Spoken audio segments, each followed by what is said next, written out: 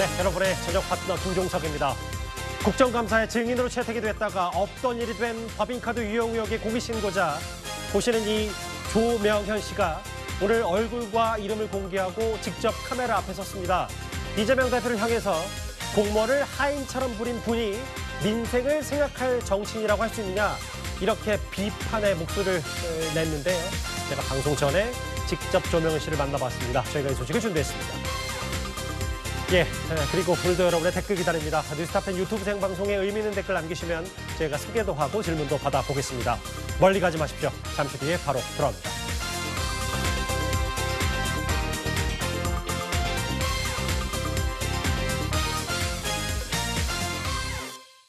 예, 오늘도 뉴스타팬이 자랑하는 뉴스고수 네 분과 함께합니다.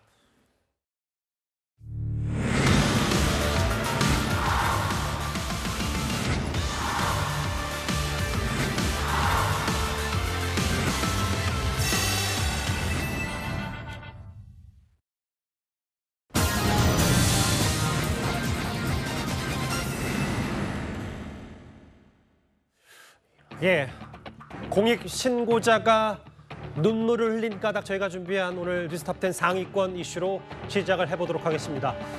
이재명 대표 부부가 경기도지사 시절 법인카드를 개인적으로 썼다는 의혹을 최초로 폭로한 전직 공무원, 공익신고자, 이제 이름을 밝혔습니다. 바로 조명현 씨.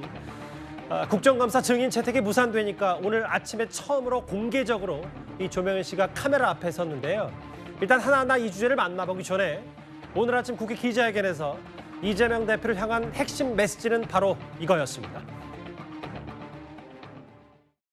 언제나 옳지 않은 일에 맞닥뜨릴 때마다 스스로 겁없이 저항했다는 이재명 대표님에게 저는 묻고 싶습니다. 이재명 대표님이 이루고자 하는 세상은 도대체 어떤 세상입니까? 국민의 피와 땀이 묻어있는 혈세를 죄책감 없이 자신의 돈인 것처럼 사적으로 유용하고 절대 권력자로서 국민의 세금으로 공무를 수행하게 되어 있는 공무원을 하인처럼 보는 분이 국민의 고충을 헤아리며 어루만져주고 민생을 생각하는 정치인이라 할 수 있겠습니까? 이재명 대표와 김혜경 씨가 해온 이 같은 일들은 작은 잘못도 아니고 그럴 수 있는 일도 아닙니다.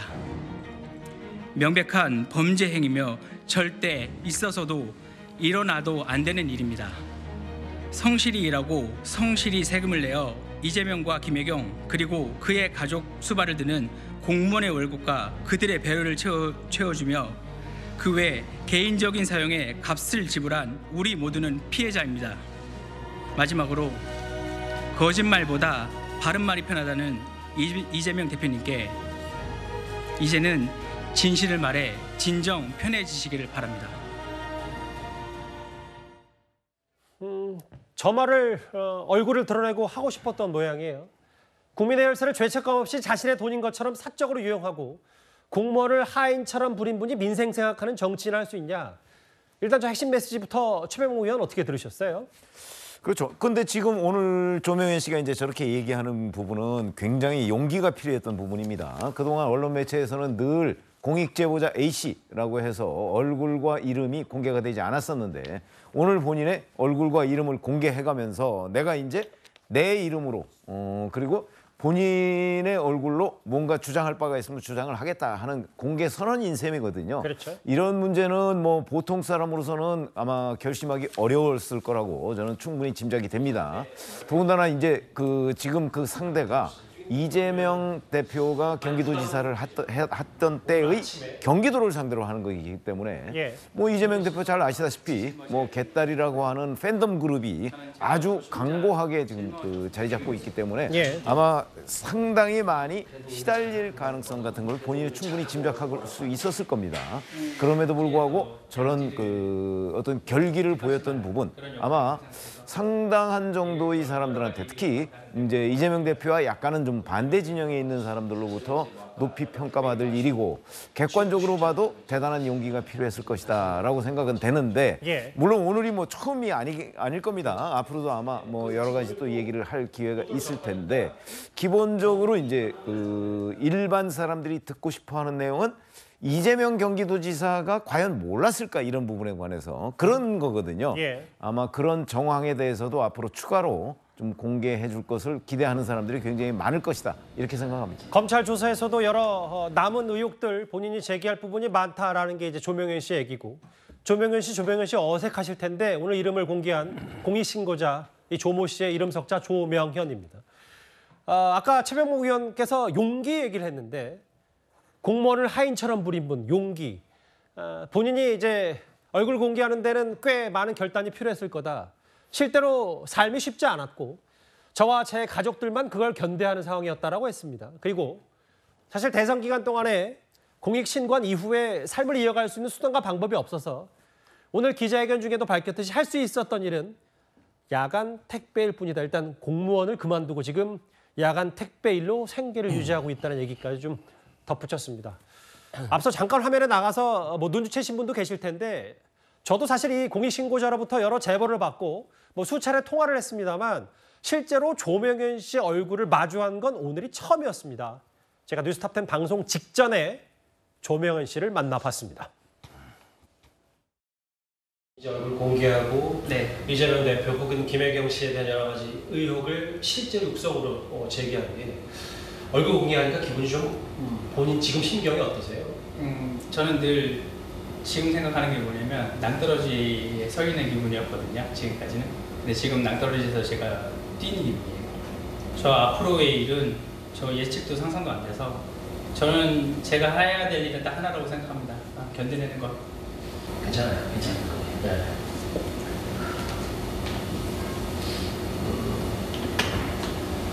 자꾸 감정 조절이 잘 안 되네요. 오늘은.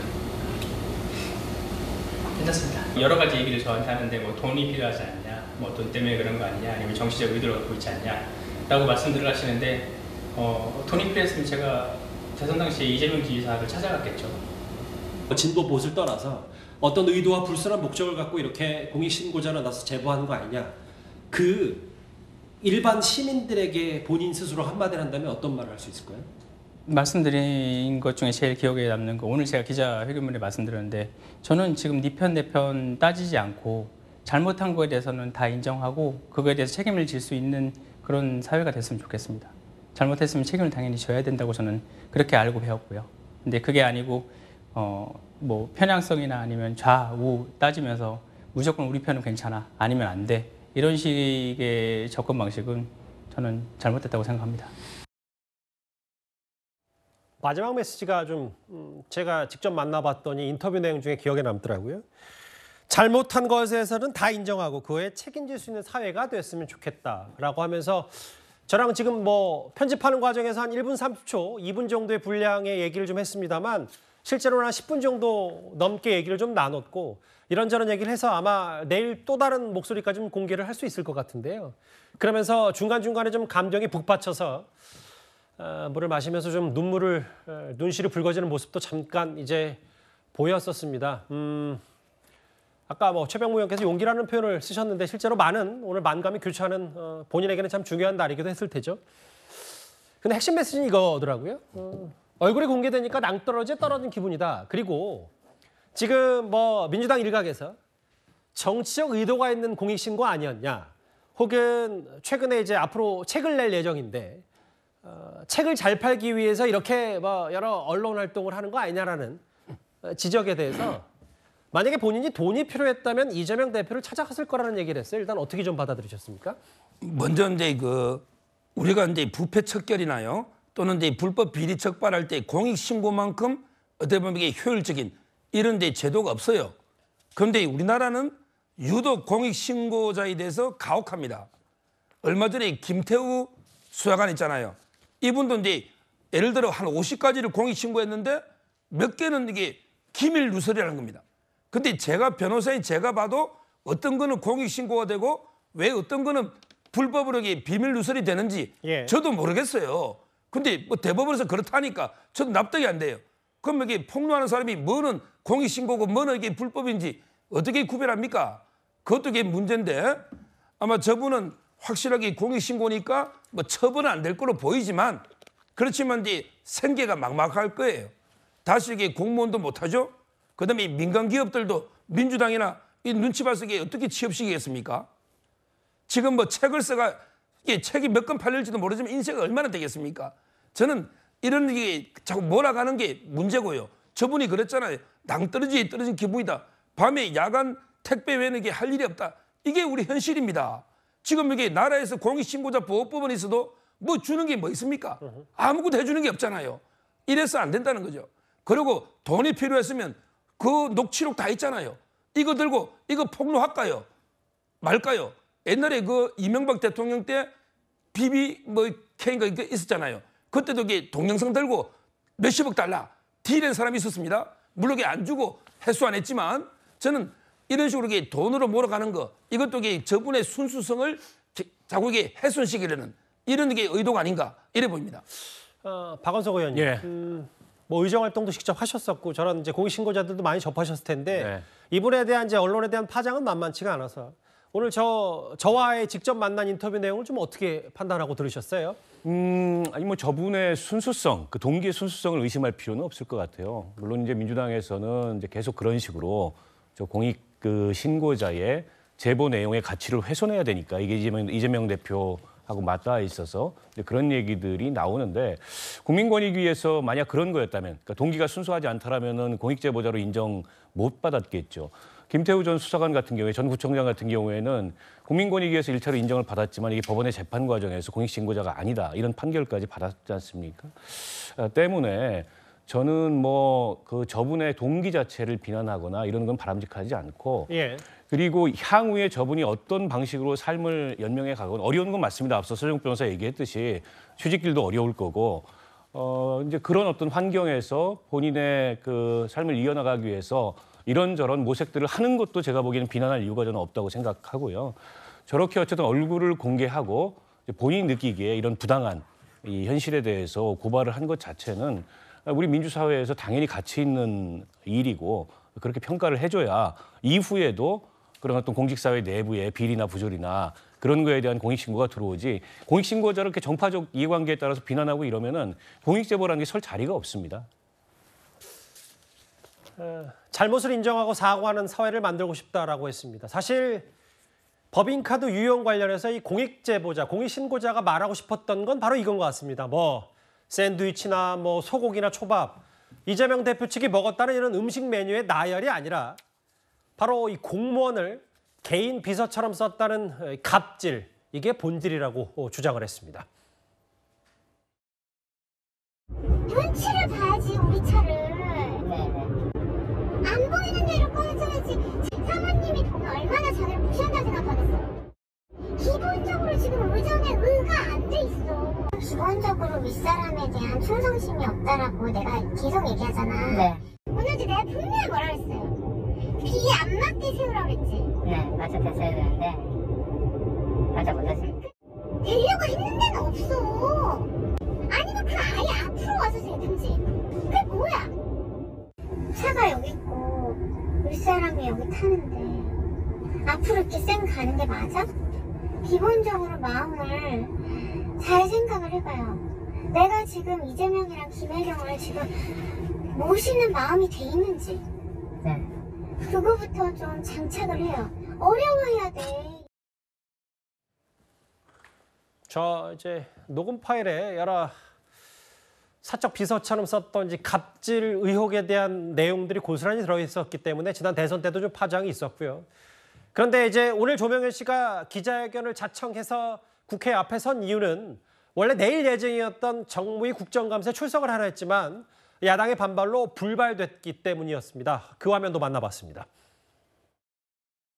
무엇이 두려워 제가 국정감사 참고인으로 나가는 것을 기필코 뒤엎어 무산시키는 것입니까? 이재명 대표를 지지하는 지지자들은 이재명만이 서민의 마음을 헤아리며 구원해줄 사람이라고 믿고 있습니다. 모든 사실을 보고 듣고도 믿고 싶지 않아 하고 인정하고 싶지 않아 하는 것 같습니다. 또는 이 정도의 일은 괜찮다 할 수도 있는 일이라며 편들기에 급급합니다. 본인이 지지하는 사람이라고 무조건적인 편들기는 하지 말아야 된다고 생각합니다.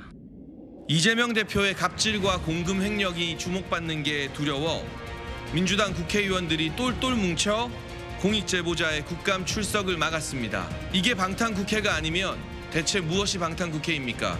대체 무엇이 두려워 사전에 합의된 공익제보자의 국감 출석을 방해하고 온갖 억지를 써가며 끝내 참석을 무산시킨 것입니까? 민주당이 거대한 국회 권력으로 피해자를 억눌러도 국민 여러분께서 공익제보자 조명현 씨와 함께 해주십시오.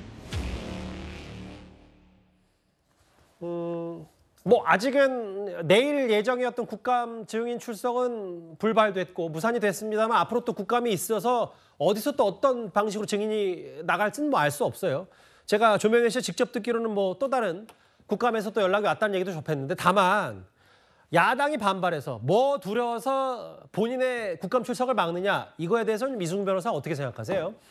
뭐 야당이 두려울 게 있겠습니까? 저 부분에 대해서는 이재명 대표도 사과를 했었고 배모 씨의 아까 녹취록도 나왔습니다만 갑질 부분이 충분히 인정될 수 있습니다. 그래서 공익신보자로 인정이 됐기 때문에 그 부분과 관련해서 본인이 억울해서 언론과 국민의힘에 제보를 했었던 것으로 알고 있고요. 그렇기 때문에 그런 녹취록들이 나와서 결과적으로는 민주당이 대선에서 패배한 게 아니겠습니까? 본인의 이제 목적은 저는 억울한 목적은 충분히 달성했다라고 보입니다.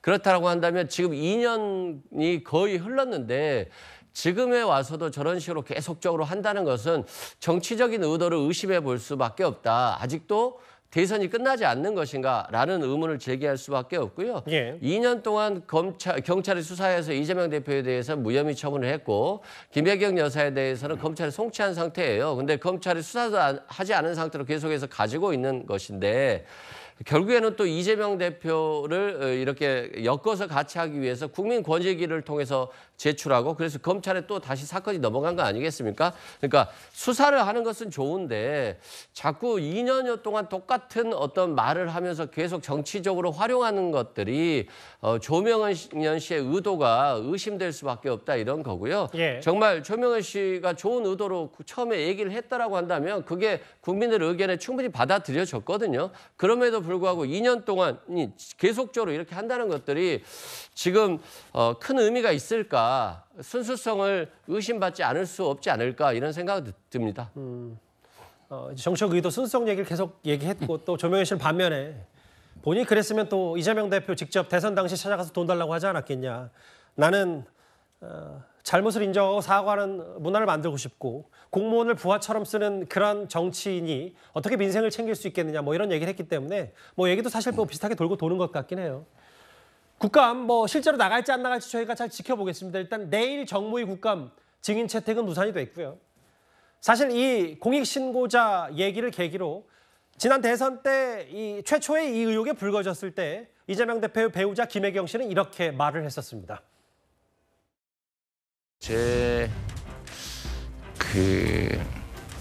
참 이게 면목이 없습니다. 공간 관리 업무를 했던 공무원 중에 이런 피해를 당한 사례가 있다고 하고 논란이 되고 있는 점에 대해서 물의를 일으킨 점에 대해서 다시 한번 우리 국민 여러분께 사과드립니다. 다 제 불찰입니다. 제가 좀 더 세밀하게 살피고 경계했어야 마땅한데 부족했다는 점에 대해서 다시 한번 사과드리면서 향후에 이런 일이 재발되지 않도록 필요한 조치는 물론이고 엄정하게 관리해 나가겠다 이런 말씀을 드립니다.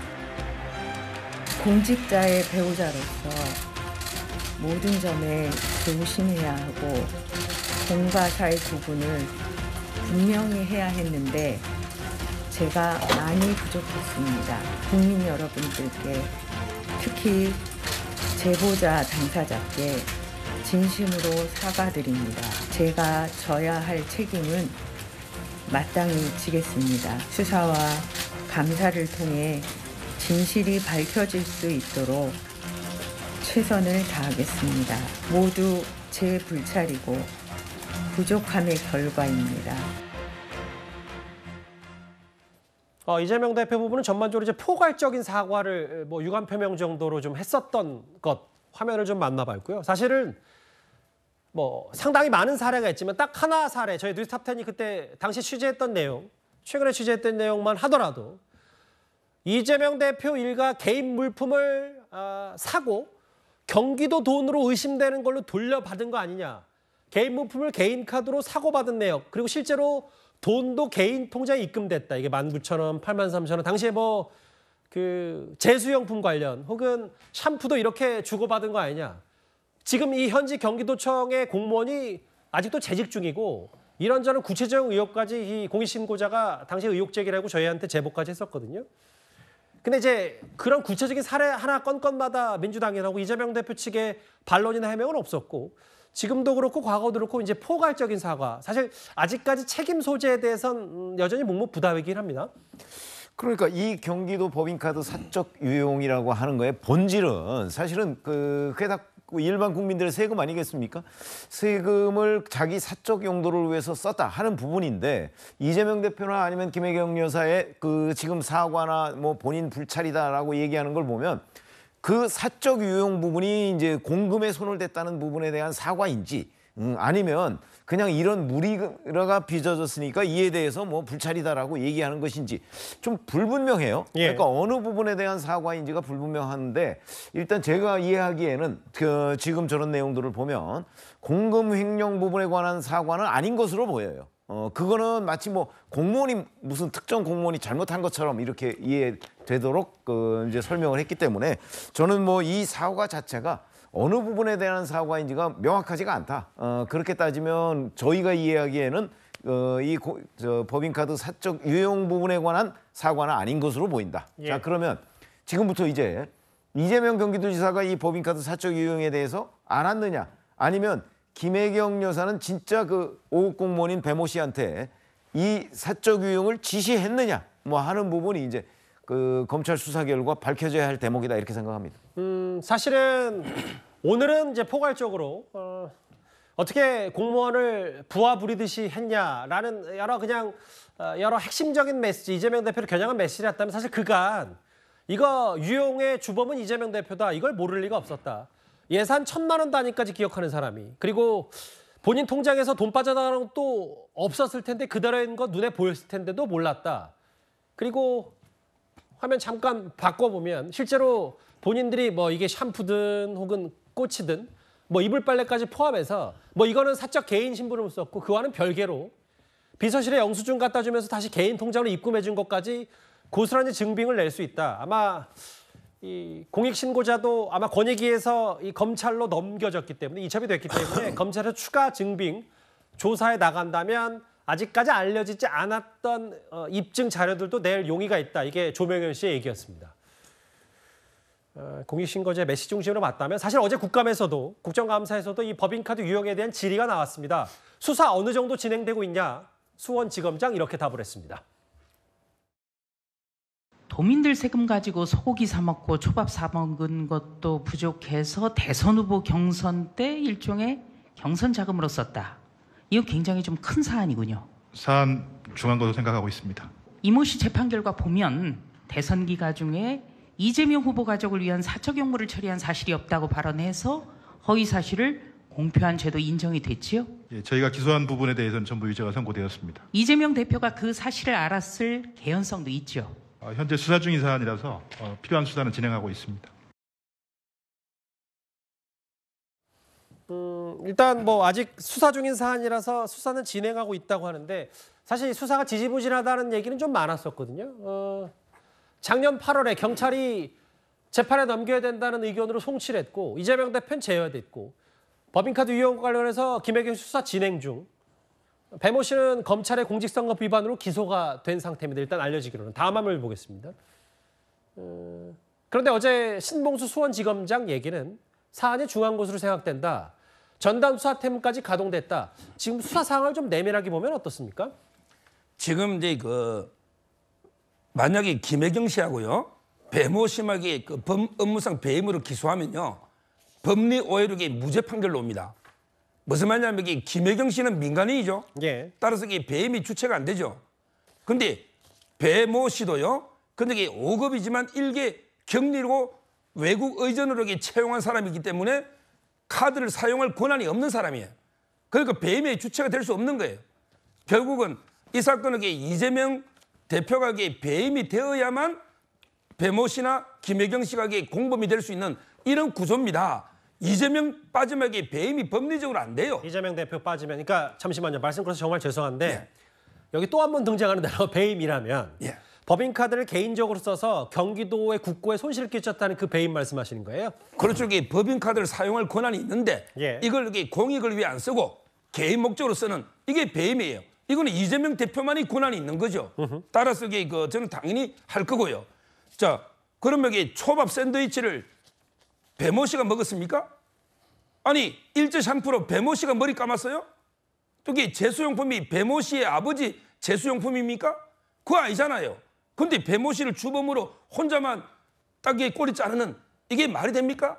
이거는 제가 보기에 횡령 배임도 되지만 더 심각한 게 8개 실국 이런 예산을 전용해 와야 되잖아요. 이걸 이게 이재명 당시에 지사 말고 누가 할 수 있습니까? 다른 부처에서 자기 부의 예산을 왜 이런 데 넘겨주겠습니까? 이거야말로 이게 저는 직권 남용이고요. 그리고 이게 돈을 사적으로 썼으면 맞게 꾸미놔야 되잖아요. 예를 들어 이게 초밥 묻다고 쓸 수는 없잖아요. 그러면 예를 들어 어떤 소방 간담회를 했다. 이런 식으로 이게 허위로 돈 정빙 서류를 만들어야 된단 말이에요. 따라서 이게 허위 공문서 작성이 없을 수가 없어요. 따라서는 이거는 이게 단순한 횡령 배임 외에도 직권 남용이든 또는 이 허위 공문서 작성이든 많은 게 있고 여기서 제가 강조하는 게 주무관입니다. 현직 주무관 지금도 공무원이죠. 이런 분들 때문에 고 김문기 씨, 고 유한기 씨, 고 전영수 씨 이런 분들이 때문에 그 배모 씨의 그 지인 남자 친구들이 극단선 됐지 않습니까? 이 주무관요. 제가 보기에 조사하면 처벌됩니다. 왜냐하면 이게 현금으로 보관하고 있다가 개인카드 쓴 거 현금으로 보내주잖아요. 자, 이런 분을 이재명 대표는 나는 몰랐다. 야, 그 주무관이 다 했다. 그럼 이게 주무관이 혼자 처벌되고 공무원 파면되고 하면 이게 주무관이 얼마나 괴롭습니까? 이런 저는 이재명 대표가 지금이라도 이건 내가 다 한 거다. 솔직히 국민한테 사과하고 밑에 주무관을 좀 선처해 주라. 내가 책임질게. 이래야 되는데 왜 이재명 대표 침묵합니까? 지금이라도 이게 소명해야죠. 일단 뭐 이재명 대표 측의 얘기는 기본적으로 이게 경찰에서 이미 무혐의 처분난 사안이고 앞으로 뭐 수사 과정을 지켜보겠다는 취지, 무혐의 난 사건이고 뭐 정치적인 부분에 이거는 대해서 얘기를 경찰이요. 무혐의 자체를 할 권한이 없어요. 지금 이게 경찰이 무슨 수사를 했습니까? 무혐의는 검사가 하는 거고 제가 알기로 이게 경찰에서 이재명 대표 수사도 안 했어요. 그냥 불송치다 수사 자체를 안 했다니까 무혐의라고 자꾸 이거는 수사를 해가지고 죄가 없는 것처럼 경찰이 면죄부 준 것처럼 이게 민주당의 논리입니다. 수사한 적이 없어요. 저한테 너무 화를 내지 마시고요. 아니 무혐의는 안 했단 말이에요. 무혐의 권한도 없고. 이게 저는 이제 민주당이 그렇게 얘기한다는 걸 얘기한 거고 이제 무슨 뜻인지 알겠어요. 이제 어제 신봉수 수원지검장도 여러 얘기를 했고 수사 중이다, 중한 얘기다, 중한 의혹이다라고 했는데 김혜경 씨에 대한 수사, 뭐 이재명 대표 수사는 세 갈래여서 이재명 대표가 이거를 묵인한 의혹, 혹은 배모 씨가 음식값, 법인카드 결제해서 경기도 손해를 끼친 내용, 혹은 선거법상 기부행위, 크게 세 갈래인데 그 이승훈 변호사님 좀 반론 차원에서 들어봐야 되니까 서정욱 변호사 말만 들으면 이 사건 상당히 명백하고 간명한 사건인데 이렇게 오래 걸리는 이유, 여러 법적 혐의도 중할 텐데 이거 어떻게 해석하십니까? 뭐 검찰의 의도일 수 있다고 봐요. 왜 그러냐면 이재명 대표에 대한 수사를 1년 6개월 동안 했잖아요. 그러면 빨리 수사를 해가지고 얼마나 많은 검찰들이 동원됐습니까? 빨리 수사해서 기소하거나 영장을 청구했으면 됐는데 굳이 오랫동안 수사를 해서 추석 밥상에 올린 거잖아요. 그건 뭐냐면 정치적으로 이용할 의도로 내년 총선을 보고서 올렸다라고 저는 보고 있거든요. 그러면 이게 끝나면 그 다음 타로 송영길 전 대표나 김혜경 여사에 대한 법인카드 의혹과 관련해서 또 뭔가를 했을 거예요. 그 시점이 아마 크리스마스였을지는 모르겠습니다. 그만큼 검찰이 그냥 손을 놓고 있다가 그 시점에 맞춰서 한다. 이런 생각을 지울 수가 없는 거예요. 그래서 검찰이 정치적 수사를 하고 있다. 이런 말씀을 드리는 거고요. 아니 경찰이 무혐의 불송치 처분을 했는데 이게 뭐 이재명 대표, 이재명 정부인가요? 윤석열 정부의 경찰이 불송치 처분을 했는데 왜 안 했냐, 불송치했냐라고 하면 그건 윤석열 대통령한테 물어봐야 되는 거죠. 서정욱 변호사가 민주당을 향해서 비판할 것은 아니라고 생각을 합니다. 그리고 윤석열 대통령 특수활동비 여기에 대해서 대통령 출마하기 전에 검찰총장이 있으면서 많은 사람들과 밥을 먹고 여러 가지 특수활동비 많이 썼을 거예요. 그게 수억 원이 될 걸로 보여지는데 영수증 법원에서 제출하라고 했더니 한동훈 장관 휘발돼서 안 보이니까 제출할 수 없다는 거잖아요. 그러면 이건 어떻게 처리할 겁니까? 이것도 뭐 수사해야 되지 않을까요? 그리고 예. 심지어 이러잖아요. 지금 사회가 많이 변했잖아요. 윤석열 대통령 부부가 영화관 가서 영화 봤는데 팝콘이랑 콜라 누구 돈으로 사 먹었냐라고 이거 공개하라는 거 아닙니까? 근데 공개하지 않지 않습니까? 예. 그럼 이게 이재명 대표에 대한 이것과 무슨 어떤 관계가 있겠어요? 똑같은 거 아닙니까? 그러면 윤석열 정부가 공정하다라고 한다면 두 개 다 수사하십시오. 대통령이 팝콘 먹은 거 특수활동비 다 알겠습니다. 수사하면 예. 무슨 얼마나 말씀인지 공정하게 되겠습니까?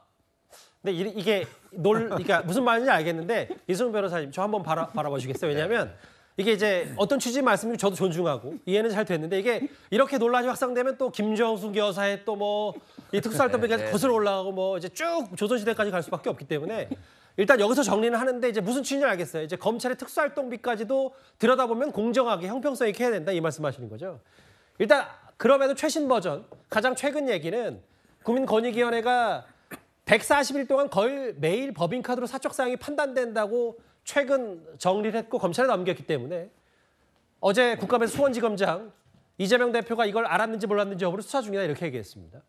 사실 어제 김동연 경기도지사도요.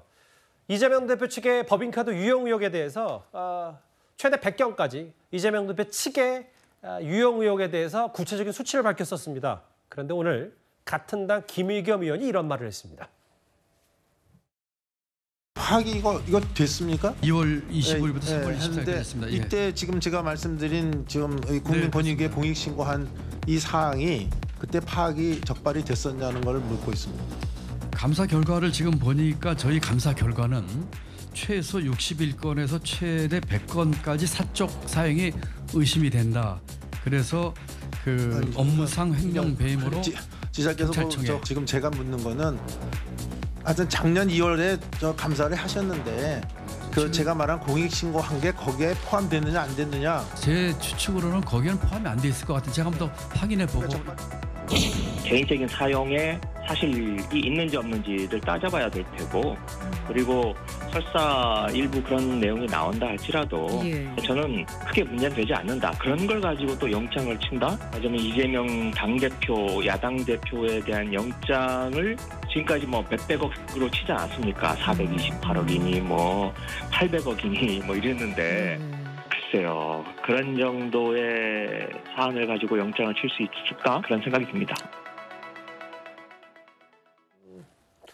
어제 경기도 국감에서 박원석 의원님, 김동연 지사가 뭐 최대 100건까지 사적 사용이 의심된다. 경찰청에 수사 의뢰했다. 이래가지고 또 이재명 대표 강성 지지자들인가요? 개딸로부터 또 어제 온라인에서 공격을 받았다고도 저도 들었는데 사실 민주당이 법인카드 관련 의혹에 대해서는 이렇다 할 사실 공식 입장은 많이 안 내놨어요. 근데 김의겸 의원이 같은 당 김의겸 의원이 큰 문제 아니고 이게 지금까지 몇백억 뭐 대장동 나왔는데 이 정도 사안으로 영장 가능성 없다. 큰 문제 아니다. 좀 어떻게 들으셨어요? 뭐 영장 청구하기에는 혐의가 작다. 이 얘기를 한 것 같은데 아니 뭐 저런 인식 자체가 좀 부적절하죠. 근데 이제 김의겸 의원이기 때문에 민주당 일반의 인식이냐 이렇게 보기에는 또 좀 튀는 점이 없지 않아 있고 김의겸 의원은 또 독특하잖아요, 입장이. 그래서 이게 민주당 전체가 아니한 인식을 하고 있다. 뭐 이렇게까지 얘기할 필요는 없는데 어찌됐건 저는 수사 속도를 빨리 내서 검찰이 결론을 내려야 된다고 생각합니다. 이게 이제 뭐 말은 분분하고 급기야 이제 이재명 대표가 인지했느냐. 그러면 이제 공범이 되니까 여기까지 갔는데 이 수사를 늦추거나 미루거나 뭐 이럴 이유가 없다고 보고 그리고 이렇게 복잡한 수사는 아닌 것 같아요. 제가 법률가가 아니어서 잘은 모르겠습니다만 일단 뭐 이 공익 제보를 한 증인도 있고 증거도 있고 관계자들 다 불러가지고 조사하면 금방 어쨌든 판단을 내릴 수 있을 것 같은데 경찰이 이게 기소 의견을 송치한 뒤에도 김혜경 여사 같은 경우 아직 처분이 안 나와서 1년이 지났는데 그거 좀 납득하기가 어려워서 어쨌든 이런 논란을 정치적 논란을 불식시키기 위해서라도 빨리 수사 결론을 냈으면 좋겠다 이런 생각이고요. 김동연 지사 저 얘기는 오늘 경기도가 추가 자료를 냈더라고요. 그렇죠. 김혜경 여사를 언급한 적이 없다. 그 배모 씨의 횡령 사실에 관해서 답변을 한 거고 그조차도 김동연 지사가 취임 전에 그렇죠. 그러니까 도지사가 공석인 시절에 경기도가 자체 감사를 통해서 경찰청에 수사 의뢰를 한 거기 때문에 마치 김동연 지사가 뭐 김혜경 여사를 언급하거나 김혜경 여사가 횡령을 했다라고 언급을 하거나 본인이 그걸 수사 의뢰했다. 이건 다 아니다라는 입장을 추가로 낸 걸로 봤을 때 아마 민주당 내부에서 아까 이제 지지자들 말씀도 하셨는데 예. 조금 이것 때문에 시끄러웠던 모양인 것 같습니다. 또 이제 김동연 지사의 또 정치적 여러 입장들 고려했을 때 또 이재명 대표 각을 세우는 거 아니냐 때문에 아니, 어제 그러니까 이제 여러 뭐 해석이 나와서. 차기 대권의 뜻이 있는 분이니까 예. 이렇게 이제 이재명 보내고 당신이 하려는 거 아니냐. 근데 이런 식의 일부 극성 지지층들에서 이른바 이제 좌표찍기 같은 게 있지 않았을까 그렇게 짐작해 봅니다. 그러니까 다만 이제 박원석 의원 말씀 중에 이제 김의겸 의원의 어떤 얘기가 이게 민주당을 대표하는 듯한 말로 받아들이긴 좀 애매하다. 다만 이제 김의겸 의원은 큰 문제가 아니라고 얘기를 했기 때문에 네. 예, 알겠습니다. 저희가 준비한 5위까지 만나봤습니다. 오늘 얼굴과 이름을 드러내고 카메라 앞에 공개적으로 선 뭐 본인 스스로는 정말 큰 용기가 필요했다고 얘기를 했습니다. 공익 신고자 조명현 씨 이재명 대표를 향해서 여러 일가를 했습니다. 저희가 준비한 첫 번째 이슈였고요. 다음 주제 그러면 현실이 된 이재명 대표의 재판 리스크 얘기를 좀 해보겠습니다.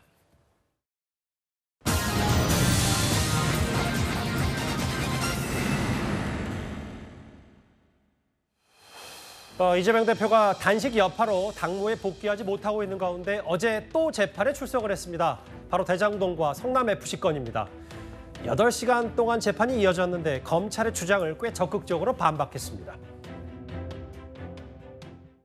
사건 추가 기소했는데 어떻게 생각하시나요? 위증 교사 혐의를 계속 부인하시는 건가요? 오늘 재판에서도 직접 의견 밝히실 계획인가요? 재판 출석 잦아질 텐데 당무에 지장 없을까요?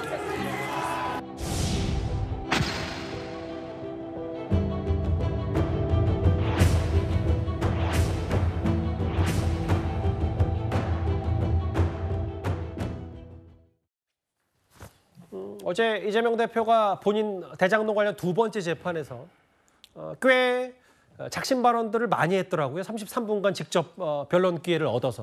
이런 궤변이 어딨나. 검찰은 누룽지 긁듯이 닥닥 긁어서 이익을 다 회수해야 된다는 것 같은데 내가 공산당이냐. 앞으로도 좀 만나볼 텐데 이 대장동 관련 혐의들을 전면 부인했어요. 일단 법리적으로 어떻게 보셨어요? 지금 이제 그 누룽지 이야기하는데요. 배임이 이제 4,895억이고요. 문제는 이제 김만배 일당이요. 토지만 가지고 얻은 이익이 7,886억입니다. 이 말은 이제 토지만 가지고 7,886억을 번 거예요. 예.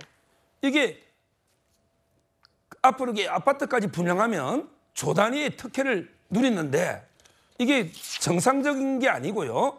보십시오. 현재까지 김만배 씨가 권순일 50억 클럽에 통해서 이재명 대표의 재판을 도와줬다. 이런 게 의혹이 있고요. 그다음에 김만배 씨가 신앙림 씨한테 1억 6,500 책 2권 사줘가지고 또 이게 대장동 몸통을 바꿔치게 했다. 이런 게 의혹도 있고요. 그다음에 정진상 씨가 천화동의 1호에 428억을 받은 걸로 구속이 됐었고요. 그다음에 김용 씨도 대장동 일당이 8억을만 받은 걸로 선고를 앞두고 있습니다. 이 모든 특혜 때문에 김만배 일당한테 이 정도 금액 준 거 아닙니까? 정진상 씨가 428억 받고 김용 씨도 8억을 막 드러난 거면 그래요. 받고 그다음에 김만배 씨 통해서 권순일 통해 재판 도움 받고 그다음에 또 공작 신앙님 통해 하고 이 모든 특혜 뇌물성 특혜 있기 때문에 김만배 일당한테 이런 부당한 이익을 준 거 아닙니까? 이런 게 없었다면 그냥 이익을 얻었다 해서 기소했겠습니까? 그러니까 물론 뭐 재판이 이제 시작이 되긴 구속이 됐지 했습니다. 않습니까? 예. 지금 정진상하고 김용은요. 그렇죠. 예. 따라서는 이 모든 뇌물 내지 정치 자금 이런 게 혜택이 있었기 때문에 천문학적인 특혜를 줬다. 그래서 배임이나 지금 이게 이해충돌 방지법으로 기소가 돼 이런 사안입니다. 참나무 숲인지 소나무 숲인지 딱 보면 아는 건데 검찰은 현미경 DNA 분석기 들고 땅을 판다. 꽤 비유를 어제 많이 했어요. 변론 중에.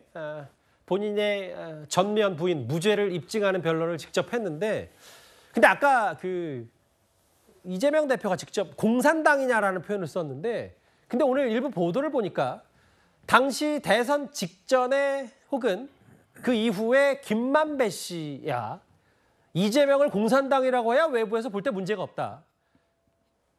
당시 대장동 일당을 포함해서 이재명 대표 스스로도 저보고 공산당 왔다 했다.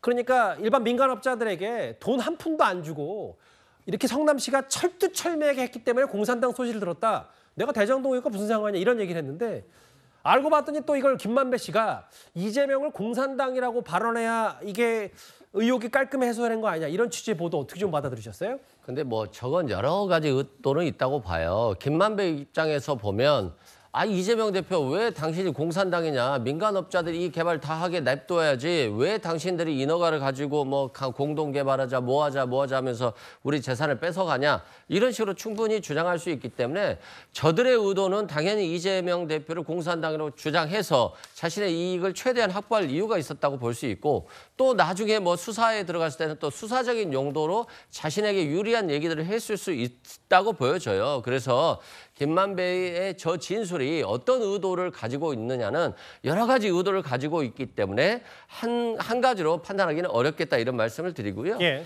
이재명 대표가 그런 말을 했습니다. 현미경 보듯이 들여다보고 있고 누룽지 빡빡 긁듯이 긁고 있다. 그만큼 자신에 대해서는 수사가 너무 과도하다 이런 것인데요. 만약에 이재명 대표를 검찰이 수사하듯이 검찰이 검사들을 수사하면 거의 다 옷 벗어야 될지도 몰라요. 그만큼 모든 것을 지금 뭐 현미경 들여다보듯이 이렇게 수사를 하기 때문에 너무 가혹하다 이런 것이고 예를 들어서 대부분의 이 건설 관련해서 재건축 재개발 이런 것들은 민간업자들이 주도적으로 하고 있고 인허가만 해줍니다. 관공서 같은 경우는. 그런데 이 인허가만 내주는 것이 아니라 관공서들이 일부 개입돼서 같이 함께 개발했을 때 그러면 5대5로 나누면 배임이 아니고 6대4로 나누면 배임이냐. 이 배임의 평가 기준이 굉장히 어려울 수 있거든요. 그리고 또 수익이 많이 나면 배임이 아니고 수익이 많이 나면 배임이냐. 그러면 도대체 수익의 기준이 얼마이냐. 이런 것들에 대해서 업무상 배임죄에서 이 판단 기준이 잘못했다라고 이재명 대표가 검찰에서 이제 주장한 것으로 보여집니다. 그 예전에 저 징역 50년은 본인이 영장 실질심사를 받았을 때 당시 이 얘기를 좀 했었다고 알려졌었잖아요. 검찰 주장대로라면 난 징역 50년. 그러니까 방어권을 좀 달라 이런 취지로 유창훈 판사 앞에서 읍소를 했다 이런 보도도 저희가 전해드린 바가 있는데 어제 두 번째 재판이 있었고 저렇게 본인 스스로 검찰이 누룽지 박박 긁듯이 한다. 무자비한 수사 비판했는데 근데 전 이 부분을 좀 얘기하고 싶은 게요. 서울중앙지방법원에 대한 여러 얘기들이 좀 나오는 게 물론 재판부는 존중받아야 되고 신성한 곳이긴 한데 일각에서 특히 여당에서 뭐 지각도 하고 뭐 이재명 대표 여러 사유를 이유로 재판도 좀 늦춰지고 이런 것들이 너무 이재명 대표 서울중앙지법이 봐주는 거 아니냐는 비판도 좀 있는 것 같더라고요. 어떻게 생각하세요? 먼저 이제 그 보통 재판은요 의뢰인들에게 주차도 힘들고 하니까 미리 일찍 옵니다. 그리고 이제 앉아 있다가 판사님이 들어오면요 다 일어서요. 다 일어서고 이제 그 절을 합니다. 절을 하고 이제 앉고 재판하고 나올 때도 문 닫고 나올 때도 이게 인사를 하고 나옵니다. 이게 바로 우리 사법에 대한 이게 존중입니다. 근데 제가요 얼마 전에 그 급한 일이 있어서 3분 늦게 갔어요. 그랬더니 판사님이 쌍불 처리해놨더라고. 불출석 행위로 해서 2번 쌍불하면 소치해야 되거든요. 예. 보통 사람들이 딱 10시인데 2, 3분 지나면요 불출석 행위로 불이익을 줘버립니다. 그러니까 잠시만요. 서정호 변호사님이 그냥 보통 제가 사례를 몇 번 말씀하셨는데 형사사건 말씀하시는 거예요? 형사 민사 다 그래요. 형사 민사 사건 법률 조력하래 법률 대리인 자격으로 재판 갔을 때 3분 늦게 갔다고 이제 재판부가 그거에 안 온 대해서 걸로 봐버렸더라고. 불출석해놨더라고. 불이익을 준 거잖아요. 그러니까. 예. 그만큼 이게 시간의 음수가 중요한 거예요. 근데 이재명 대표가 상습적인 지각인데 문제는 이 시간이요. 아마 이 시간이 이게 법원 1층에 그 앞에 도착한 기자들이 있는데 그때 늦은 시간일 거예요. 그러면 이게 거기서부터 또 이게 법정까지 지팡이 짚고 슬슬 올라가면요. 실제 10분 더 걸릴 겁니다. 법정 들어갈 때는. 이런 식으로 이게 법을 못 오게 됩니까? 보통 재판은요. 보통 재판은 이게 5분 단위로 시간이 정해져 있어요. 물론 이재명 재판은 뭐 다른 재판이 없을 수가 있지만 그렇지만 이게 그만큼 시간의 음수가 중요한데 이런 식으로 이게 상습 지각하는 근데 거기에 대해서 판사가 단호하게 대처도 못하고 줄줄 이렇게 끌려다니는 이게 바로 저는 이재명 대표는 법 위에 있는 존재인가 이렇게 법치를 조롱이 되는가 이 문제가 들고요. 이것도 심각하지만 더 심각한 거는요. 강규태 판사 이런 분들에게 왜 지금도 이게 2주마다 자꾸 이렇게 합니까? 이렇게 시간을 1년이 넘었는데 왜 6개월 내에 이게 안 옵니까? 그러니까 집중심리 신속히 재판을 이뤄야 된다는 말씀을 하시는 거예요? 그렇죠. 지금 이게 전국의 선거법이 이재명 대표만 있습니까? 지금 제가 들은 이야기인데 이재명 대표 측은 어떻게든 총선 이후로 나오게 하는 거예요. 총선에서 민주당이 1당이 되면 100만 원 이상 놓으면 434억을 토해내야 돼요. 설마 판사가 우리가 1당인데 선거 이겼는데 민주당 보고 434억 토해내면 천막으로 보내야 되는데 설마 그걸 하겠는가? 총선 이후만 미루고 총선만 이기면 선거법은 물 건너간다. 그다음에 대장동 재판은 대선 이후로 미루자. 내가 대통령 되는데 재판하겠나? 특권 없지만 3, 4년 끌어서 대선 이후로 가자. 이 이야기를 이제 공공연하게 듣고 있습니다. 이재명 변호인 측에. 어떤 취지는 알겠는데 민주당이 직접 얘기한 건 아닌데 이제 이재명의 대략적으로. 변호인 이름은 못 밝히지만 예. 몇 번 들었어요. 이게 법치입니까? 아니 대장동 위례 버시는 이번에 위정교사 백현동까지 다 합쳐버리면 3, 4년 끌면 대선입니다. 그다음에 총선 끝나면 민주당이 434억 토해내게 판사가 할 자신이란 말이에요. 2월 달에 강규태 판사 딴 데 가버리면 어떻게 됩니까? 알겠습니다. 이게 법치가 무너지는 거예요.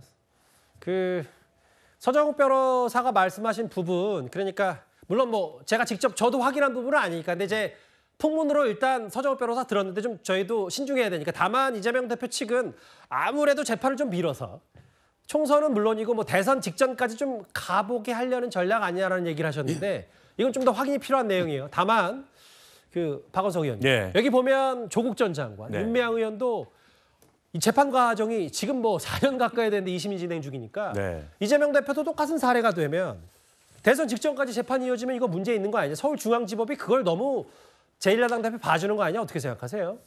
뭐 서울중앙지법이 민주당 인사들의 재판에 대해서 일부러 봐주기를 했다 이렇게 단정적으로 평가할 수는 없을 것 같고 다만 이제 쟁점들이 많은 사건이고 아마 이제 변호인들을 잘 써서 그 재판을 좀 길게 끌고 가고 있는 이제 그런 전략을 취하는 게 아닌가 싶어요. 어쨌든 정치적 환경이 바뀌고 분위기가 바뀌면 재판에 그런 게 아무런 영향을 미치지 않는다라고 얘기하기는 어렵거든요. 재판에 영향을 미치거든요.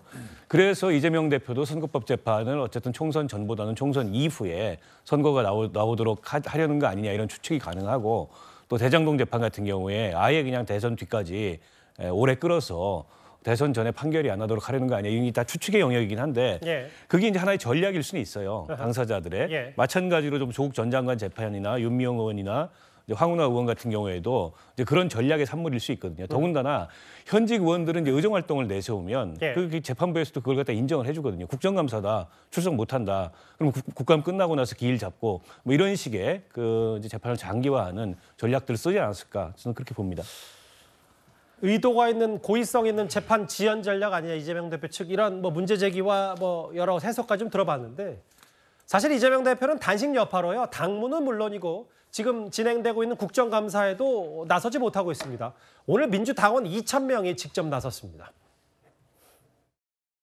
당 스스로가 자신들이 능력이 없는 당임을 자인하면서까지 당대표 이재명의 방탄을 위해서 스스로를 갉아먹는 행위에 권리당원으로서 심각하게 유감을 표합니다. 그런데 지금 더불어민주당은 정말 민생을 위해서 일을 하고 있습니까? 이재명 개인을 위해서 이재명의 이재명 리스크 때문에 바쁜 거 아닙니까? 개인 소송, 집안 단속부터 하셔야 되지 않겠습니까? 당을 위해서 민생을 위해서 일하실 시간이 정녕 있습니까? 뭐 재판 리스크 있고 여러 뭐 논란이 있으니 2,000명 권리당원은 대표를 똑바로 할 수 있냐 이러면서 가처분 신청을 오늘 냈더라고요. 어떻게 좀 보셨어요? 그렇죠. 저는 생각을 충분히 할 수 있다고 봅니다. 저는 뭐 일종의 그 애당심의 발로가 아닌가 싶은 생각이 드는데 일주일에 한 2번 정도 재판을 해야 되고요. 만약에 위증교사 혐의로 기소된 것이 또 별도의 그 재판 일정이 잡힌다면, 그러니까 병합되지 않고 아직 결론이 안 났습니다만은 그럴 경우에는 자칫 잘못하면 뭐 일주일에 3번 서초동으로 출근해야 되는 일이 벌어질 수도 있다.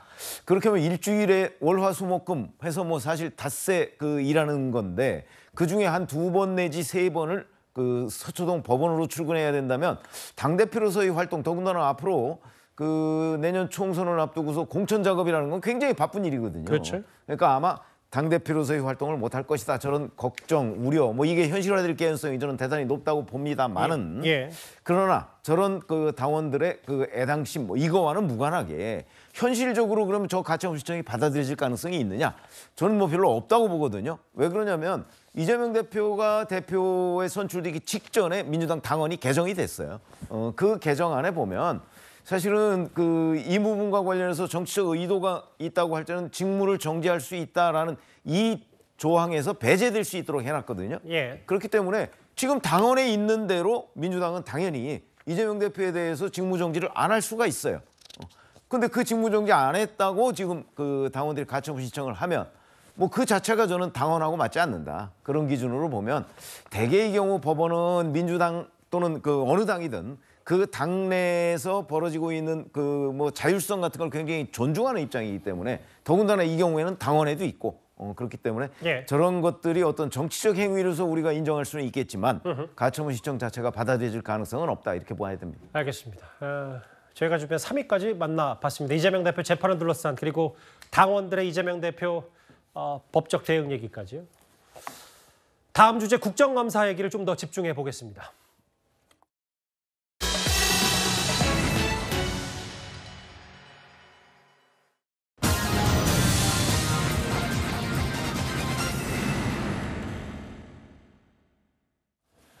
어제 검찰의 국정감사가 꽤 치열했습니다. 특히 이재명 대표 몇몇 의혹 수사를 사실상 지휘한 송경호 서울중앙지검장이요. 정말 오랜만에 공식 석상에서 야당 의원들의 공세에 하나하나 반박을 했는데요. 이런 단어까지 등장을 했습니다. 대북 송금 사건 가져왔다가 기각이 되니까 지금 다시 수원으로 내려보냈거든요. 역대급 꼼수 아닙니까? 한 건 한 건 모두 중대 사안이고 구속 사안이라고 생각합니다. 그러면 그 세 건을 의원님 말씀처럼 건건이 별도로 구속영장을 청구했어야 합니까? 그래서 모아서 한 겁니다. 판단이 잘못된 게 증명됐잖아요. 증명되지 않았습니다. 집단 뇌피셜처럼 계속 되뇌했는데요. 본인들이 실력이 없어가지고 구속을 못 시켜놓고 지금 와서 마치 재판부가 뭔가 문제 있는 것처럼 계속 투덜대고 있다는 거예요. 투덜이 스모크도 아니고 말입니다. 위원님께서 피고인의 개인 변호사가 아닙니다. 의원님께서 사건 진행에서 여쭈면 제가 이렇게 답을 합니다. 집단 뇌피셜이냐면 거기 답을 어떻게 합니까? 투덜이 스머프라고 하면 답을 어떻게 합니까? 이게 국민을 대신해서 하는 질문입니까 이게? 아니 김영배 의원 들어보세요. 일단 돌려보십시오. 그 얘기 하셨는지 안 하셨는지. 저는 제 의견을 이야기했어요. 아니 그래서 국감단에서 국회의원의 발언에 대해서 묻지도 않았는데.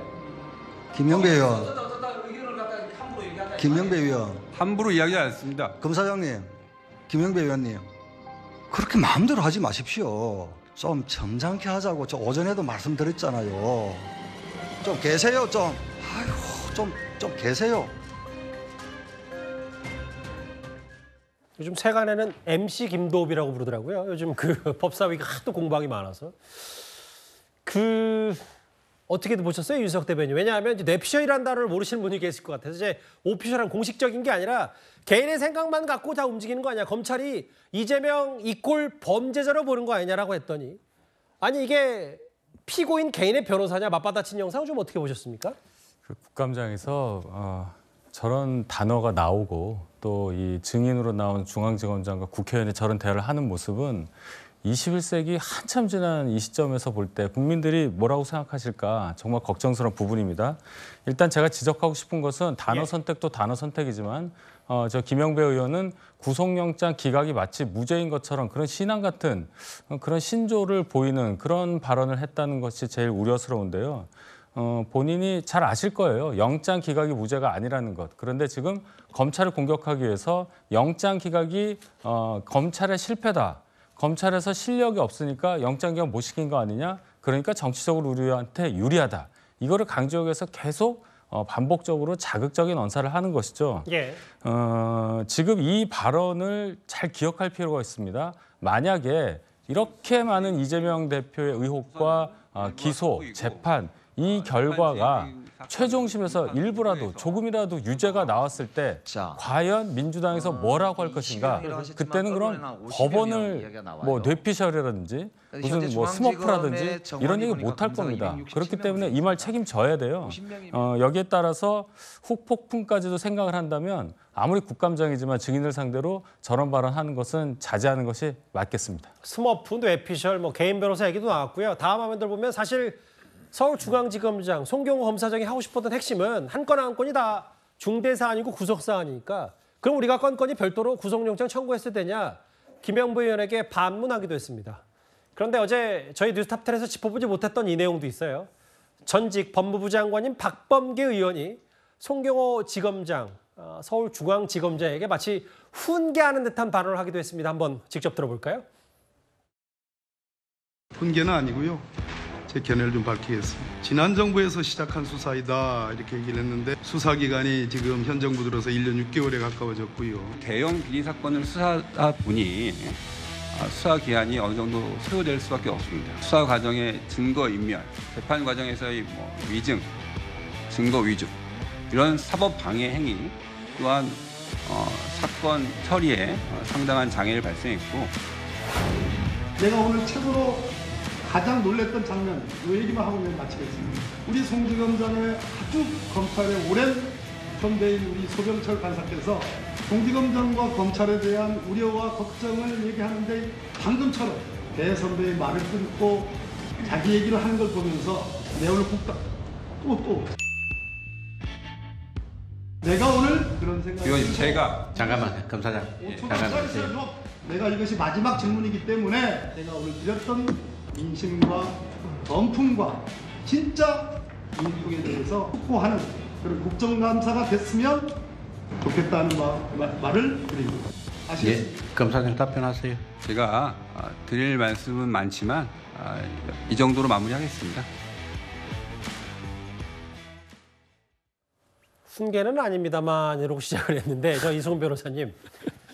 국감장이잖아요. 국정감사. 그리고 이제 야당 의원의 질의 어제 검찰 국정감사했으니까 여러 답할 의무는 있는데 다만 이 검찰 출신 같은 당 소병철 의원이 검찰에 대한 우려를 얘기하는데 대선배 말을 끊고 선배 말을 좀 더 귀 기울여서 경청할 필요는 있다고 하면서도 지금 국감자리에서 선배 혹은 검찰 이런 얘기가 적절한지 훈계 아니냐. 어떻게 받아들이세요? 선배라는 표현 자체는 그렇게 적절하진 않은 것 같아요. 피감 기관장과 국회의원으로서의 질의이기 때문에 그 질의에 좀 초점을 맞춰야 되는 게 맞는 것 같고요. 다만 이제 박범계 장관의 질의 중에 우리가 귀담아 드려야 될 것들은 자꾸 전 정부부터 수사가 시작된 거니까 오래 걸려도 상관없다 이런 취지인 것 같은데요. 전 정부 얘기는 이제 좀 그만하면 좋겠어요. 국민들도 전 정부 얘기 좀 지겨워 많이 합니다. 그리고 이 1년 6개월이라는 기간들은 굉장히 오랜 기간이에요.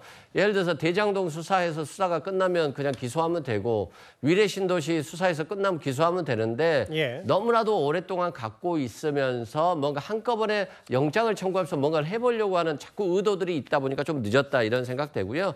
자꾸 이재명 대표가 수사를 지연한다고 하는데 검찰이 수사한 것들이 증인이라든가 진술인들이 수십 명, 50명, 100명까지 돼요. 그럼 이 사람들 다 증인 신문해야 되고 수사 기록이 수십만 쪽이에요. 그럼 이 수사 기록 변호사들을 보는데도 2주, 한 달 걸릴 수 있거든요. 그래서 이게 간단히 끝날 수 없는 사건이고 이재명 대표가 재판 지연하는 것이 아니라 수사량 자체가 너무 많아서 재판이 오랜 시간 걸릴 수밖에 없다 이런 말씀 드립니다. 꼭 하나 짚어볼 얘기가 하나 더 있어요. 지금 지난 대선 당시에 윤석열 후보를 깎아내리는 가짜뉴스 의혹도 여전한데요. 지난번에 저희도 전해드렸습니다만 민주당 김병욱 의원 보좌관은 물론이고 이 가짜뉴스 의혹 검찰의 압수수색 영장에는 이재명 대표 측근인 김병욱 의원이 개입한 정황도 영장에 적시가 되어 있습니다.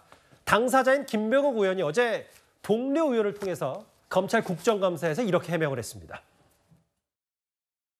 최근 이 뉴스타파 허위 보도와 더불어서 대선 공작 허위 보도라는 게 또 문제가 되고 있습니다. 당시에 민주당 김병욱 의원도 이 자리에 함께 있어요. 근데 이주라는 사람을 만나서 아까 얘기한 것처럼 만들어 볼게 이런 말까지 했다는 겁니다.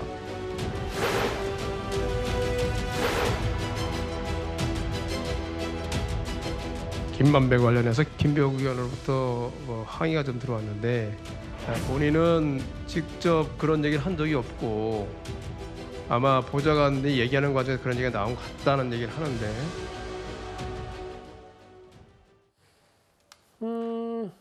직접 그런 얘기 한 적이 없다고 했다. 근데 그런 얘기 한 기억이 없다고 했다. 해명을 송기현 의원이 대신했는데 뉘앙스가 좀 달라졌어요. 어떻게 좀 들으셨어요? 뉘앙스가 완전히 달라진 거죠. 왜 그러냐면 국민의힘 의원이 저거를 PPT로 이렇게 띄웠던 때는 그게 사실은 압수수색 영장에 기록된 그대로를 얘기한 거거든요. 예. 거기에 보면 김병욱 의원이 그 4사람이 모인 자리에서 내가 이걸 후보한테 정리 싹 해서 만들어 볼게요. 이렇게 얘기한 걸로 돼 있잖아요. 그러면 이제 검찰이 압수수색 영장에 그 대목을 집어넣을 때는 아마 확실한 증거가 또는 녹음 파일이 있기 때문에 집어넣었다고 저는 짐작을 하거든요. 근데 이제 그 부분을 처음에 전면적으로 부인하려고 했던 것 같아요. 그런 얘기 한 적이 없다. 뭐 이렇게. 근데 이제 아마 그렇게 얘기를 하고 나서 가만히 생각해 보니까 혹시 나중에 법정에서 저게 재생이 될 확률도 있잖아요. 녹음 파일이 있으면. 아마 그런 점 때문에 이제 기억이 없다로 아마 이렇게 말을 바꾼 것으로 보이는데 저것만 봐도 김병욱 의원이 상당히 당황하고 있구나 하는 걸 우리가 충분히 짐작할 수 있는 대목이다 이렇게 생각합니다.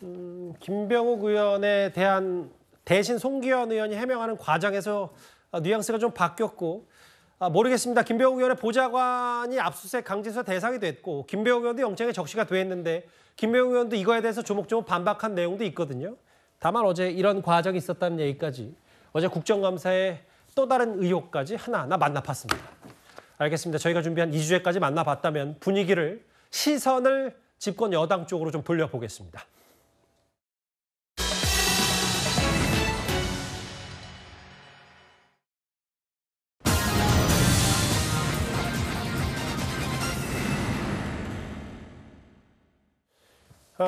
저희가 준비한 4위와 9위입니다.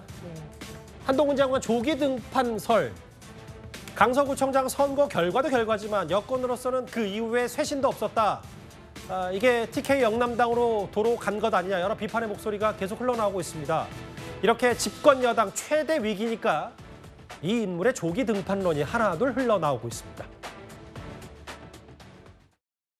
그 총선 출마한다는 얘기가 좀 돌고 있던데. 제주에도 그런 얘기가 돕니다. 전 법무부 장관으로서 중요한 할 일이 많이 있다고 생각하고 최선을 다할 거라고 분명히 단호하게 말씀드리겠습니다. 어떤 결정을 할지는 한동훈 장관의 시간표에 맡겨야죠. 그걸 이 당의 시간표 네. 또는 또 정치 상황의 시간표로 강요하거나 재촉해서는 안 된다고 생각을 합니다. 개인적으로는 한동훈 장관이나 또는 문체부의 장미란 차관 네. 이런 인사들이 정부 내각이나 또 다음 총선에 주요 포스트에 많이 기용이 되어야 한다는 전략은 가지고 있습니다만 지금 시점에서 특정인에게 이런 걸 권할 또 강요할 그런 시점은 이르다고 보고 있습니다. 저희가 김기현 2기 체제 지역구를 한번 준비해봤는데 사실 대구 경북 지역 TK가 근거지라고 해서 다 나쁘다는 것도 아니에요. 다만 선거에 이기려면 중도층 수도권을 표심을 가져와야 뭔가 이길 수 있겠다는 생각이 드는데 뭐고 갇혀 있는 거 아니냐는 비판이 당내에서 좀 나오고 있으니까 최병무 의원님 취재 많이 하시니까 실제로 지금 국민의힘 정말 최대 위기니까 한동훈 장관이 이제는 정말 나설 때가 되는 얘기가 진짜 흘러나오긴 합니까? 일부 그런 얘기를 하는 사람들이 있죠. 그러나 그거는 한동훈 장관의 거취는 사실 한동훈 장관 본인도 지금 결정할 수가 없을 것으로 보이고요. 아마 윤석열 대통령이 뭔가 가이드라인을 줘야 이제 본인이 거취와 관해서 얘기를 할 수 있을 것으로 보이는데, 자, 한동훈 장관은 지금 여권 인물 중에는 가장 팬덤층이 두터운 이제 장관으로 그렇게 알려져 있지만. 이 팬덤은요, 그에 반해서 이 그러니까 안티 팬덤도 또 늘 몰고 다녀요. 정치는 그렇거든요. 예. 그런 점을 이재명 대표도 마찬가지잖아요. 그런 점으로 본다면 더군다나 한동훈 장관 같은 경우는 윤석열 대통령과 이 이미지가 겹치는 게 굉장히 많아요. 그래서 한동훈 장관이 조기 등판한다고 해서 과연 현재 여권의 위기를 돌파할 수 있느냐? 아마 아무도 자신할 수 없을 거라고 저는 생각을 합니다. 그런 점에서 바로 여권 일각에서 한동훈 장관 조기 등판론을 얘기하지만 그에 대한 또 여러 가지 부정적 시선도 그 못지않게 많다고 저는 생각을 하고 있거든요. 그러니까 이 부분은 아마 결단을 내릴 수 있는 사람은 윤 대통령 혼자일 뿐이다 이렇게 생각합니다. 한동훈 장관 스스로보다도 윤석열 대통령 결단이 필요하다 이 말씀하신 거죠? 사실 아까 잠깐 최병우 의원께서 언급한 한동훈 장관의 출마설, 조기 등판설이 갑자기 또 제기가 된 건 아니고 어제 오늘은 아닌데 이게 왜냐하면 현 여권에서 가장 스타성을 갖춘 인물이기 때문일 겁니다. 어제 오늘 최근 화면을 저희가 준비했습니다.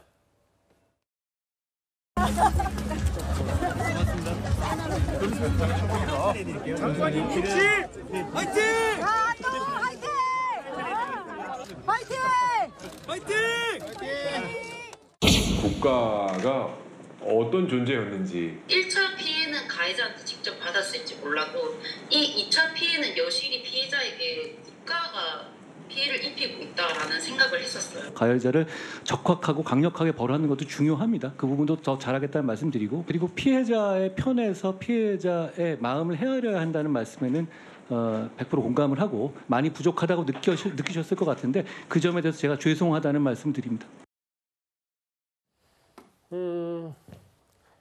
오늘이죠. 거창구치소 개청식에 참석해서 여러 얘기를 했는데 또 한동훈 장관을 집중적으로 마크하는 유튜브를 통해서 여러 저런 사인 공세, 꽃다발새를 받는 것도 한번 봤었고요.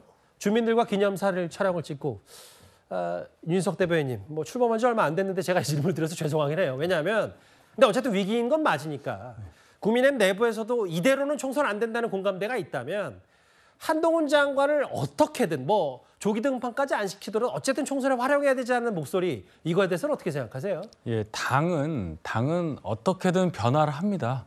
예, 선거를 앞두고 민심을 먹고 사는 당은 변화를 하게 돼 있기 마련인데 저희가 아직 총선이 6개월 정도 남아 있기 때문에 뭐 조기 등판론 이거 관련해서 한동훈 장관을 좀 차출해달라 뭐 이런 이야기하기는 좀 무리하지만.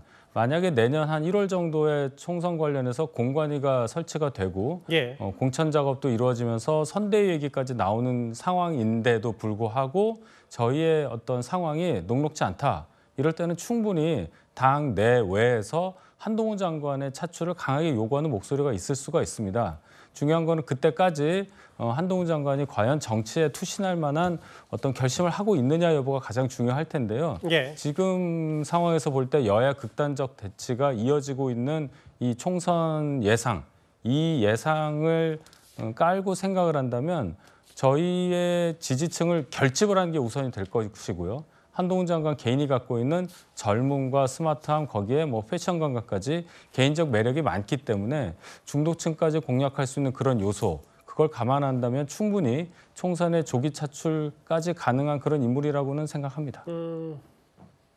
우회적으로 뭐 가능성을 열어둘, 뭐 정치는 모르니까요. 근데 실제로 오늘은 거창구치소 개청식에 한동훈 장관이 참석을 했다면 소정수 국장님, 사실 법무부 장관으로서도 뭐 여러 뉴스거리가 됐던 건 조정훈 의원의 주선으로 이른바 돌려차기 피해자와 통화를 하기도 하고요. 이런 행보들을 좀 어떻게 받아들이셨어요?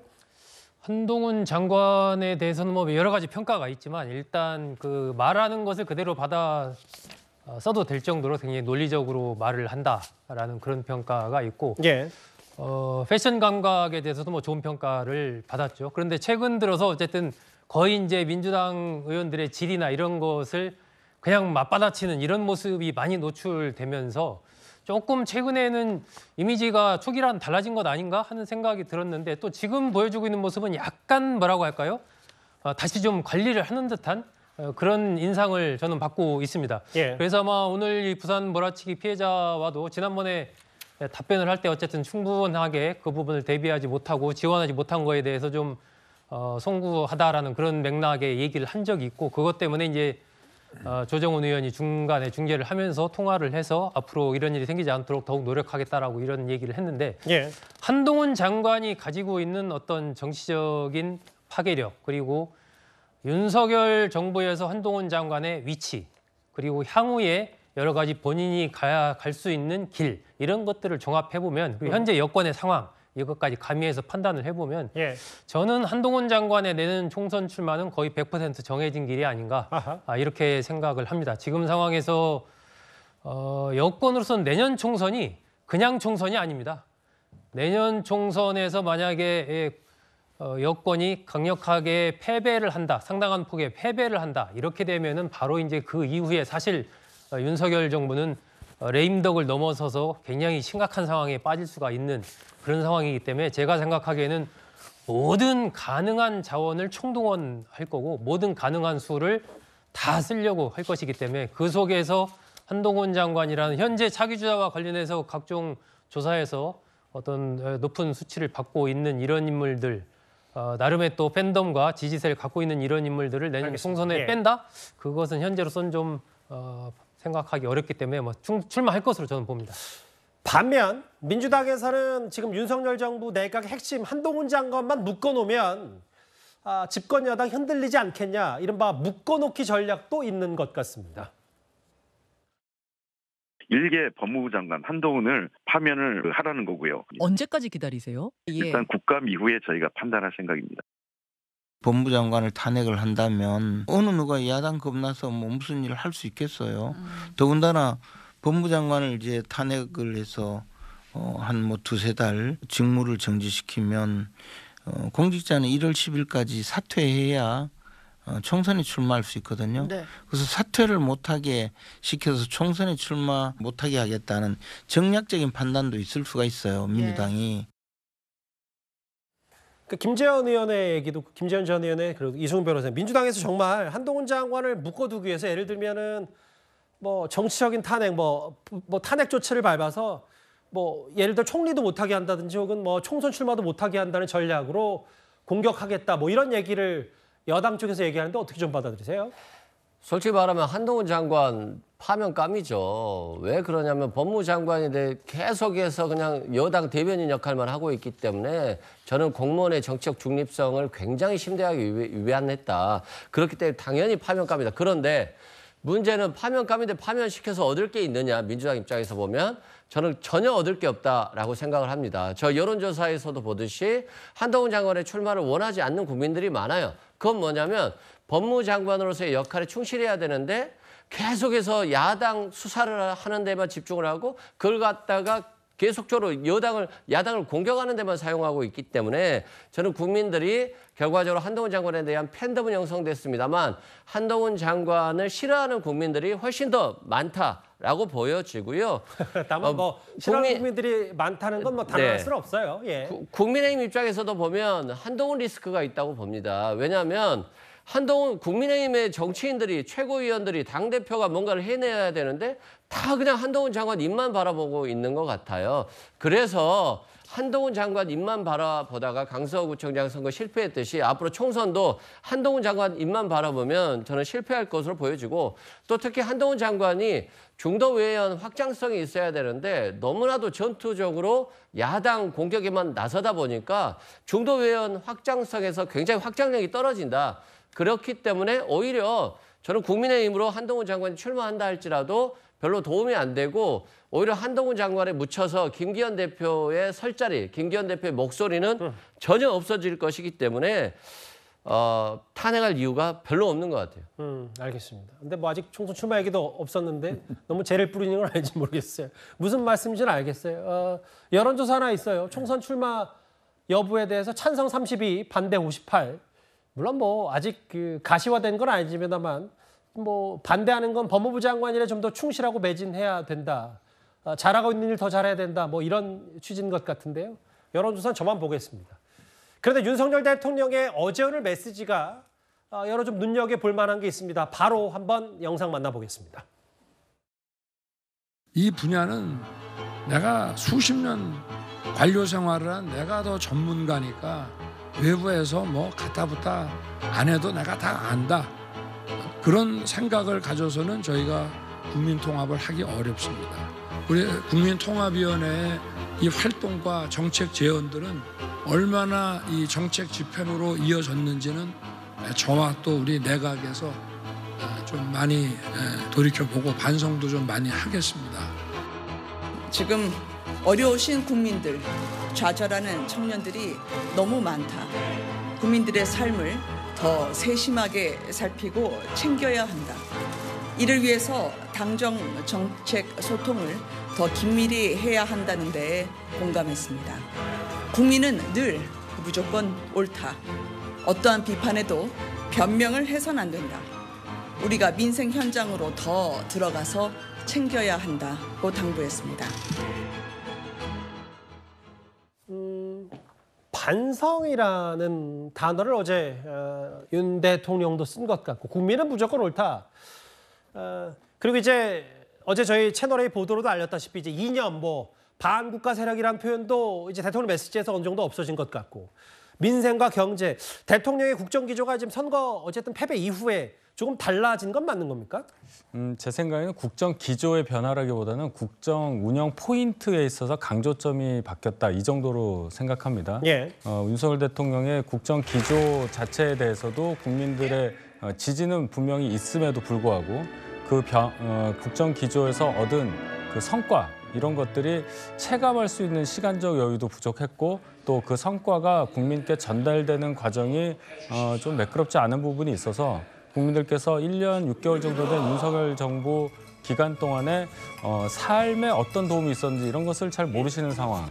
그래서 이것을 잘 전달을 해보자. 그러기 위해서는 민생, 제일 팍팍하게 느낄 수 있는 경제 부분에 있어서 더 강조점을 두자. 그런 변화를 시사하는 대통령의 발언이라고 생각합니다. 예. 그리고 여당 지도부와 오늘 오찬을 함께하는 이런 장면이 나왔는데요.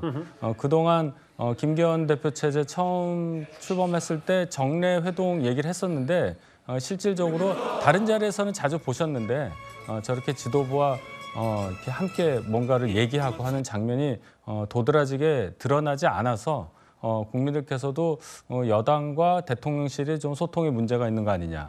또 관계 자체도 수평적이 아니고 수직적이 아니냐 이런 생각을 하셨을 수도 있는데 이제는 그런 것이 아니라는 것을 다시 한번 보여드림으로써 소통에 문제가 없음을 국민들께 전달하는 그런 오늘 회동이었다고 생각합니다. 저건 이제 어제 영빈관에서 열린 국민통합위원회 이제 만찬 자리 한동훈 장관도 있고요.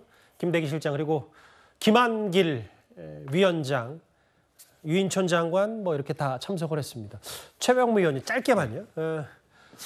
최근에 하태경 의원, 여당의 하태경 의원이 그런 얘기를 하더라고요. 선거는 대통령 지지율 제일 중요하고 그렇죠. 대통령 지지율에 대략 한 3 정도 곱하면 네. 국민의힘의 의석이 나온다는 새로운 논리를 좀 냈어요. 그래서 대통령 지지율이 최소한 40%는 돼야 4, 32, 120석 정도는 이상을 얻을 수 있는데 지금으로는 그렇기 때문에 좀 쉽지 않은 거 아니냐 이런저런 얘기를 했는데 대통령의 어제 오늘 메시지를 좀 어떻게 해석하십니까? 글쎄 저는 뭐 대통령이 상당한 정도로 그 서울 강서구청장 보궐선거의 참패에 대한 어떤 인지는 하고 있는 것으로 보인다. 예. 그래서 뭔가 변화를 줘야 되겠다 하는 느낌은 갔는데 자 그럼 변화의 정도가 본인들이 변했다는 게 저는 중요하다고 생각하지 않거든요. 그걸 국민들이 변화를 느껴야 돼요. 체감을 해야 되는데 체감을 하려면 지금 뭐 민생으로 국정기조를 변환하는 걸 체감하기까지는 상당한 시일이 걸려요. 그거는 아마 내년 총선까지 그런 변화를 국민들이 느끼지 못할 수도 있어요. 그러면 당장 뭔가 변해야 되는데 그렇게 변하려면 가장 손쉬운 방법이 인물 교체입니다. 근데 그거를 지금 하지 않았잖아요. 김기현 대표 2기 뭐 이렇게 지금 하기 때문에 아마 이 부분에 대한 국민들의 평가가 저는 뭐 앞으로 이제 여론조사가 계속 쏟아지겠습니다만 예. 아마 저희들의 그 기자 경험으로 보면 단기간 내에 그 평가가 좋아질 것 같지 않다. 여기에 지금 문제점이 있습니다. 예, 앞으로 쇄신 어떻게 할지 대통령의 메시지 변화까지 저희가 한번 만나봤습니다. 다음 주제 오늘 대통령이 이 인물을 지명했습니다. 바로 다음 화면 보겠습니다.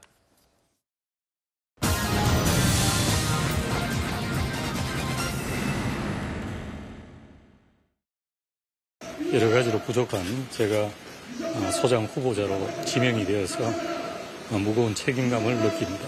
앞으로 청문 절차가 진행될 예정이니까 차분하게 청문 절차를 준비하도록 그렇게 하겠습니다.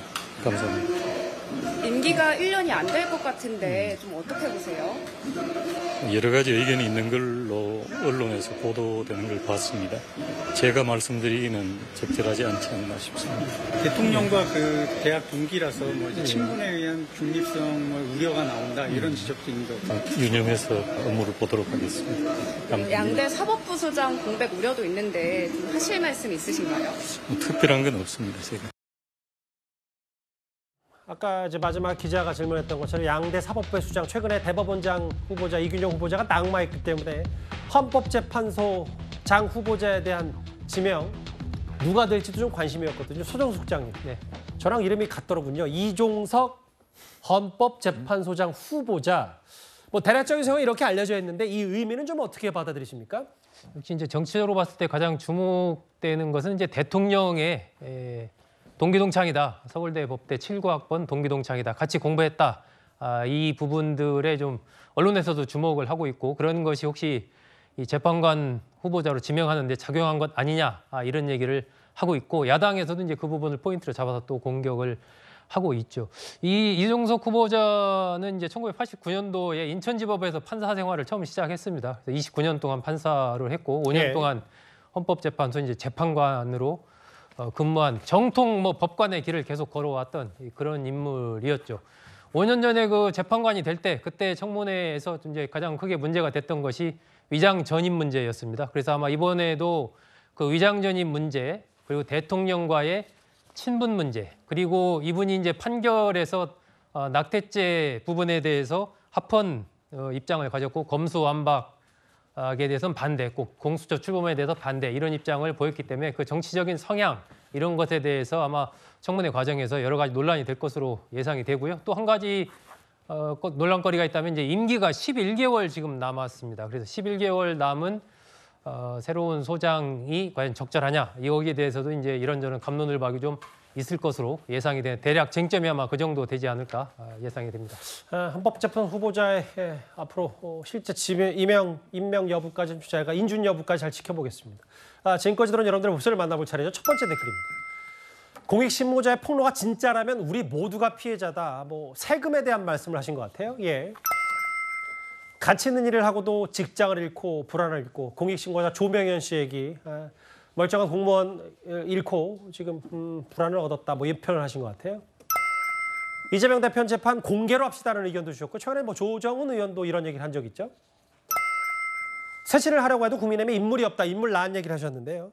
댓글 4개 모두 오늘 감사드립니다. 다음 주제 이 얘기로 가보겠습니다.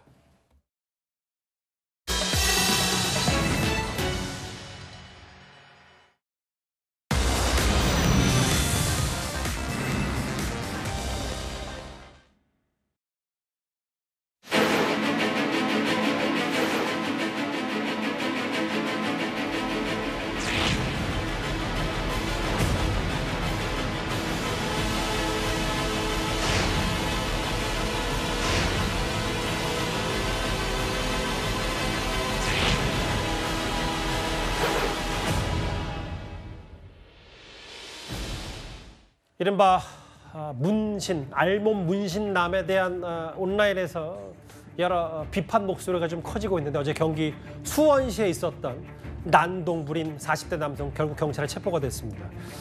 영상 저희가 많이 뿌옇게 처리할 수밖에 없었어요. 워낙 그 알몸 상태로 거리를 활보했기 때문에. 허전 변호사님, 왜 옷 벗고 이런 난동을 부렸답니까? 화가 나서 그랬대요. 지금 영상에서 뿌옇게 처리했지만 뭔가 시커멓게 반바지를 입은 것처럼 보이는데 저게 반바지가 아니라 완전 나치 상태인데 문신으로 다 뒤덮여 있었기 때문에 저렇게 시커멓게 하반신이 보이는 건데요. 이전에 그러니까 흉기를 들고 식당에 들어가서 난동을 부리면서 또 다른 흉기를 가져오라고 막 얘기하기 그 전에 다른 식당, 다른 술집에서 종업원과 술값 가지고 시비가 붙었었는데 그것 때문에 본인이 화를 주체하지 못해서 저렇게 옷을 그냥 다 벗고 다른 식당에 가서 손님들을 위협하면서 손에 흉기를 들고도 또 다른 흉기를 가져오라고 하면서 난동을 부렸다는 건데요. 결국에는 테이저건을 맞고 체포가 됐는데 지금 특수협박 혐의, 흉기 들고 난동을 부렸으니까요. 그리고 이전 종업원이 자기가 시비가 붙은 게 아니라 일방적으로 맞았다고 주장하고 있는 상황이기 때문에 그 말이 사실이라면 폭행, 다쳤다고 하면 상해죄까지도 적용될 수 있을 것 같고요. 그리고 지금 완전히 노출한 상태로 저렇게 돌아다녔기 때문에 공연 음란죄도 적용 가능한 상황으로 보이거든요. 이런 부분들이 경찰이 지금 수사를 진행할 예정이라고 합니다. 저 제작진 저희 준비하느라 힘들었어요. 저거 다 뿌옇게 처리하고 하느라고. 난동분이 결국 테이저건으로 경찰에 진압이 된 얘기까지 핵심 내용 짚어봤습니다. 저희가 준비한 마지막 주제로 이제 가보겠습니다. 목요일 뉴스 탑10 준비한 소식은 여기서 정리를 하겠습니다. 수요일이군요. 곧바로 뉴스에이 가이즈입니다. 많은 시청 바랍니다. 여러분 고맙습니다.